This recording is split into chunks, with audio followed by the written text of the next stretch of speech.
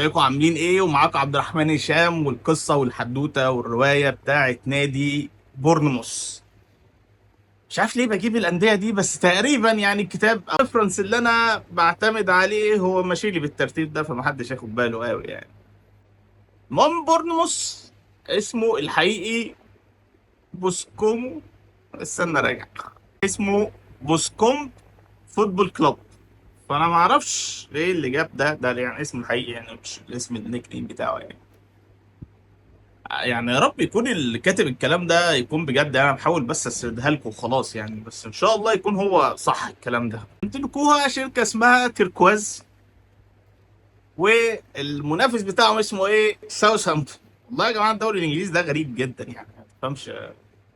دوري الدرجه الثانيه عنده منافس دوري الدرجه 15، وساوثهامبتون مع يعني طب يا عم ما تنافس مانشستر سيتي، تقول يا عم ده عدو اللدود يعني. بس تمام ماشي يعني، احنا بنقول معلومات لا فقط لا غير يعني. الاستاد اسمه فيتاليتي ستاديوم. اه، فتح سنة 1910. ساعته 11,000، واعلى نسبة حضور كانت 29,000. يا رب الراجل ده ما يكون بيضحك علينا في المعلومات، بس أنا مش فاهمها ازاي يعني. تقريبا كانوا قاعدين فوق بعض او يعني حاسب اخ حاسب اخويا وبتاع، بس مش فاهم. اكبر بيعه باعوها كان اللي هو اكاي بتاع مانشستر سيتي، ما اعرفش يتنطق زي اي كي اي دي. بيلعب فيه رامز ديل الحارس بتاع ارسنال، وكان دلوقتي بيلعب فيه سولانكي، فهو يعني تقريبا فريق يعتبر موجود في الحياه يعني.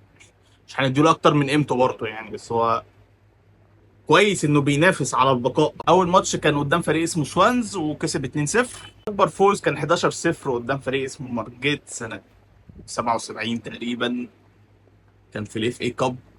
واكبر خساره كانت قدام ليفربول 9-0 في 2022، لسه طازه يعني. اكبر خساره كانت لسه طازه بالنسبه لي يعني. اللوجو اللي معاهم دلوقتي من سنه 2013، فده حاجه جديده يعني، بقالوش تقريبا غير 11 سنه بس، فده كويس غير ستوك سيتي من 2000 2001.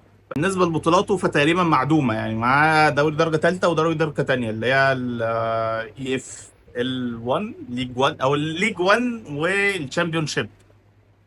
ومفيش كاس، مفيش اي حاجه تانية. كويس قوي ان هو، ما بقول لك كويس ان هو عايش في الحياه اصلا يعني، كويس ان هو موجود. معاكم قصه الحدوته والروايه لبورنموث، وان شاء الله نلاقي فريق عادل بعد كده. رب الراجل اللي انا باخد منه معلومات يكون بينزل حاجه كويسه يعني. اشوفكم في حلقه جديده.